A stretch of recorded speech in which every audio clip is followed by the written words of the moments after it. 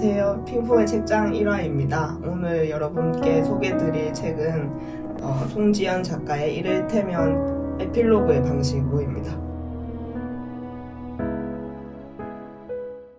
네, 저희가 첫 화로 이를테면 에필로그의 방식을 선택한 이유를 말씀드릴게요.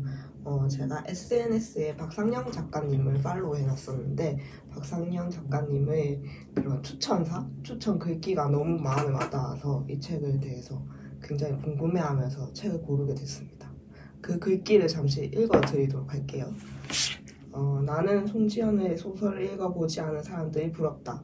적어도 그들은 인생에 좋은 일 하나쯤은 남겨놓고 있는 것이니까. 이 글귀입니다, 여러분.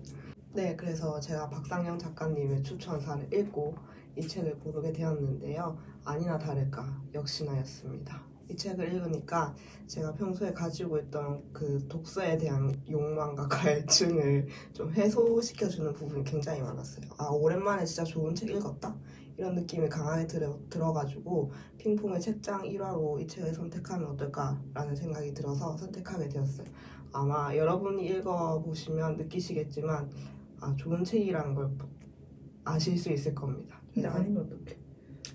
그건 뭐 어쩔 수 없죠. 개인의 취향입니다. 그래서 여러분들도 한번 읽어보셨으면 좋을 것 같아요. 그래서 선택하게 되었습니다. 빌려주세요. 사서 읽으세요. 네, 그럼 이제 본격적으로 송지연 작가님에 대한 TMI이자 어떠한 소개를 해드릴 예정인데요. 우선 2013년도 동아일보 신춘문회에 등단하신 작가님이십니다. 등단작 이름은 펑크록 스타일 빨대 디자인에 관한 연구를 하는 소설로 등단이 되셨는데요. 그 작품도 이 소설집에 수록되어 있어요. 한번 확인해 보시면 재미있을 것 같습니다. 우선 작가님이 이 표지를 제작하신 분입니다. 굉장하지 않으신가요? 실제로 문화창작과를 졸업하셔가지고 그림에도 소질이 있으신 것 같아요. 스모키 기법으로 팍 하셨는데 크로키 기법이라고 크로키 기법 여러분 헷갈리지 마세요. 크로키에 아무튼 결국 실수를 하고 말았네요. 아무튼 그런 실제로도 그림도 잘 그리신 다재다능한 작가님이시라고 소개를 해드리고 싶고 지금 동해에 거주하신다고 해요. 그래서 이 책이 생각보다 좀 예전 일보다 딜레이 되면서 뒤에 나오는 책들도 한 개 예전보다 늦춰지고 있다고 하셨는데 다음에는 동해에 관한 에세이를 내신다고 하시네요. 실제로 작가분의 동생분이 사진작가로 활동하고 계셔서 그런 사진과 글이 함께하는 에세이가 굉장히 기대됩니다. 제 개인적으로는 동해에 관한 에세이는 처음인 것 같네요. 아무튼 약간의 실수가 있었지만 작가님에 대한 TMI였고요. 계속해보자면 작가님이 SNS로 이렇게 자기 자신의 소설집에 관한 후기를 찾아보는 걸 굉장히 좋아하신다고 합니다. 여러분들도 읽으셔서 자기 SNS에 글을 남겨보시는 건 어떨까요? 작가님 굉장히 먼 동해에서 굉장히 좋아하실 것 같은데요. 네, 그럼 여기까지 송지연 작가님에 대한 TMI였습니다. 네, 그럼 본격적으로 이를테면 에필로그의 방식으로에 대한 책 소개를 해보도록 하겠습니다. 이 안에는 총 9편의 단편소설이 수록되어 있고요. 출판사는 문학과 지성사의 소설집 시리즈 중 한 편입니다. 9편의 단편소설이 수록되어 있기 때문에 짧은 흐름으로 이어져요. 그래서 아마 책을 읽으시는 분들이라면 엄청 가볍게 읽을 수 있는 소설이라고 생각되고 평소에 책을 자주 안 접하시는 분들도 간편하게 하나씩 끊어 읽으시면 되니까 호흡적으로는 굉장히 짧게 잘 읽히는 소설이라고 생각합니다. 개인적으로의 의견이지만 저희 어머니께서 책을 정말 안 읽으시는데 딱 이 소설집을 읽으시고는 웃으셨어요. 그 이유는 미스터리하게 저도 잘 모르겠지만 그 정도로 아마 읽기에는 난이도는 쉬운 책이라고 생각됩니다. 네, 그리고 이 총 9편의 단편 소설집을 관통하는 느낌이랄까? 이 책의 전반적인 분위기나 내용은 어떠한 시대에 대한 이야기라고 묶을 수 있을 것 같아요. 제 생각에는 우리가 살아가는 지금을 살아가는 청년들의 이야기, 그리고 그 과거의 청년이었던 기성세대에 대한 이야기, 그리고 저희와 부모님의 관계에 대한 이야기, 이렇게 뭐 시절 혹은 시대를 이야기를 하는 책이라고 볼 수 있는데 그 시대들을 보여주면서 이 작가의 매력적인 부분은 어떠한 대답을 들려준다는 거예요. 그 시대를 보여주는 데서 끝나지 않고 일정한 대답을 있는 이들에게 해주는 거죠. 그 대답은 정답이 될지도 안 될지도 모르지만 우선 독자들에게 어떠한 이 시절에 대한 대답을 해줌으로써 더 매력적이지 않았는가 하는 생각을 하게 되었습니다. 문장은 어때요? 문장이요? 문장의 길이는 좀 짧아요. 그렇게 뭐 묘사나 수식어구가 그렇게 길진 않아서 단편임에도 불구하고 짧게 또 스피드하게 읽으실 수 있을 거라고 생각합니다. 네, 그럼 본격적으로 제가 읽으면서 느꼈던 감상에 대해서 말할 건데요. 그 전에 좋았던 부분에 대한 낭독을 하고 갈 겁니다. 그런데 그 전에요, 저의 자랑 시간이에요. 새로 만들었어요. 저는 핑퐁의 퐁입니다, 여러분. 아무튼 그렇게 하고 제가 좋았던 부분을 읽어드리도록 하겠습니다. 자, 잘 들어보세요, 여러분. 어쩌면 불행하다거나 죽는다는 것 자체는 별로 중요한 게 아닌 것 같아. 누구나 죽으니까. 그러니까 그 다음에 뭐라고 해야 할지 몰랐다. 머릿속을 빙빙 도는 그 문장을 잡느라 나는 한참 말도 없이 눈만 굴려야 했다. 죽음으로써 얻을 수 있는 어떤 존재감이 중요했던 거 아닐까. 그리고 하나의 문장을 좀 더 소개해드릴게요. 어딘가 고장나는 사람은 무언가를 간절히 열망하는 사람이라고 생각했는데 오히려 반대였다. 어떤 것에도 열망을 느끼지 못하는 사람이야말로 순식간에 고장나고 마는 것이다. 갑작스레. 이렇게 제가 좋아했던 문장 2개를 소개해드렸습니다. 여러분도 읽으시면서 좋아하는 문장이 됐으면 좋겠네요. 읽으면서 개인적으로 느꼈던 감정을 감상하는 시간을 가지도록 하겠는데요. 저는 뭐 보통 정신적으로 피폐한 경우는 많지만 그때 따라 유독 육체적으로 너무 피곤했었어요. 일도 많았고 그랬던 시기에 이 책을 만나게 됐었는데, 사람이 우울하거나 너무 피곤해지면 많은 생각과 걱정이 되잖아요. 저도 딱 그런 상황이었는데 그때 이 책을 읽으면서 어쩌면 내가 지금 가지고 있는 감정이라든지 혹은 뭔가 인생에 대한 회의감? 이런 것들이 자연스러운 결과일 수도 있고, 어떻게 보면 왜 이런 감정을 느꼈는지에 대한 해답을 들을 수 있는 시간이었던 것 같아요.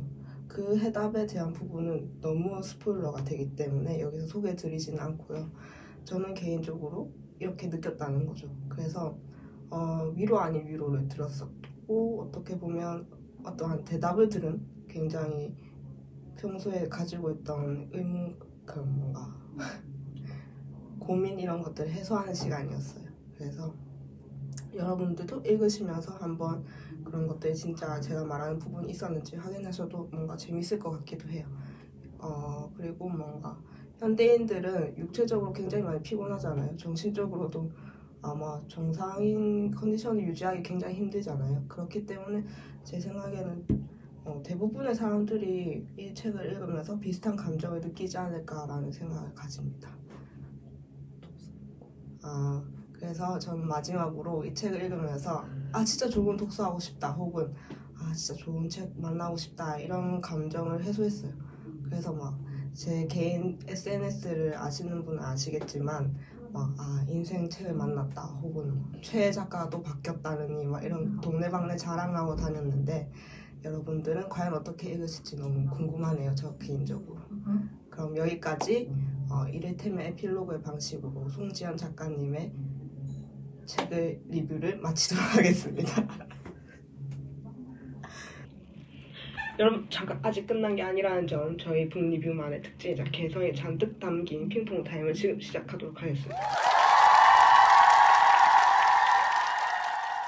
뉴페이스죠? 네. 자기소개. 안녕하세요. 저는 핑퐁의 핑이고요. 전 퐁이에요. 안녕. 자, 그래서 오늘 뭘 준비하셨죠? 네, 제가 오늘 준비한 핑퐁 타임은요, 이 이를테면 에필로그의 방식으로의 책을 단 한 자도 읽지 않으신 핑 씨와 함께 퀴즈를 풀어보는 시간을 준비했습니다. 일부러 안 읽은 거 아닙니다. 아니죠. 일부러 안 읽은 거죠. 네, 읽기 싫어서 안 읽은 거 아니에요. 그렇다고 합니다. 그렇다면 평소에 책 좋아하시나요? 저는 영화를 좋아합니다. 영화로 찾아뵙도록 하겠습니다. 네. 자, 그렇다면 퀴즈를 시작해 보도록 할 건데요. 총 3가지고요. 핑 씨가 맞춰주시면 돼요. 네. 퀘션 1, 상상력 테스트입니다. 결혼을 하지 않고 동거를 하는 남녀가 있었다. 두 사람의 부모님들은 이 사실을 모르고 있었는데 큰일 났네. 어느 날 남자 쪽 부모님이 누구 어느 쪽 부모님? 남자 쪽 부모님이 부모님이? 급한 일이 있어 남자의 집에 하루 머물기를 원했다. 네. 남자와 여자는 부모님을 실망시켜 드리지 않고 자신들의 관계도 들키지 않고 위해 해결책을 찾았는데 않기 위해서 해결책을 찾았는데 그렇게 해서 해결책으로 이곳으로 갑니다. 그 두 남녀가. 그래서 이 곳을 찾는 게 답인데요. 이곳 어딘지 맞추면 되는 그렇지, 거죠? 장소를 맞추면 됩니다.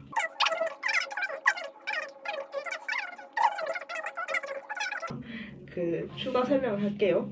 이곳은 결혼하지 않은 두 사람이 마치 부부인 것처럼 느꼈던 공간이고 그곳에 갖춰진 것들은 두 사람이 살고 있던 편안한 집보다 더 두 사람을 부부처럼 만든 곳입니다. 과연 이곳은 어딘가요? 그럼 제가 어떻게 이곳을 맞추는 자, 상상을 해보세요. 막 던져요. 그래 내 남친이 동거 중이에요.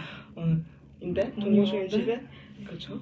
둘이 나가야 돼. 그렇지. 아, 둘이의 포커스를 안 맞춰도 돼요. 근데 이러면 해도 돼요? 네. 저 하나밖에 안 떠올라요. 뭐요? 모텔로 갔어요. 정답이다. 진짜요? 이렇게 쉽게 맞추면 안 돼요. 왜 모텔이라고 생각하셨죠? 일시적으로 어떻게 그렇죠. 뭐 남녀 숙박을 둘이서 또 그런 안정감을 얻을 수 있는 곳이. 그렇죠. 중요한 것은 집보다 더 이 두 사람을 부부처럼 만들어준 곳이었다는 것과 집보다 더 편안함을 느꼈던 이유인데 이거는 책에서 확인을 하시고요. 되게 퀴즈 처음 되시네요. 궁금하네요. 정말 나쁜 사람이 된 것 같아요. 퀘션 2. 이번에는 이 동물을 맞추는 게 퀴즈의 네. 답입니다. 동물에 대한 설명을 해드릴게요. 이 동물은 이 책에서 굉장히 중요한 역할을 해요. 원통 모양의 얼굴, 작은 귀, 네. 몽툭한 주둥이, 얼굴에 나 있는 검고 흰 줄무늬가 특징이다. 전혀 모르겠죠? 다리는 굵고 발톱이 크고 날카로워 땀을 파기에 적합합니다. 후각은 발달해 있으나 시력은 좋지 않다. 저 왠지 알 것 같아요. 기다리세요. 진짜 알 것 같은데. 말해봐요. 개미핥기? 땡! 아니에요. 주로 살림의 가장자리를 따라 서식하지만 스텝이나 반사막 지역에서도 발견된다. 추가 힌트를 좀 드릴까요? 네. 짧은 동면을 한다고 하네요. 이 동물은 2에서 3일 정도의 짧은 동면을 하는 동물입니다. 하지만 여타의 동물들처럼 깊은 잠에 들어가는 것이 아니기 때문에 동면 중에도 쉽게 깨어날 수 있다고 합니다. 집에 설거지? 아니 싱크대 밑에 산다. 네, 무슨 말이죠? 집에 산다고. 집에 산다고 한 적이 없어요.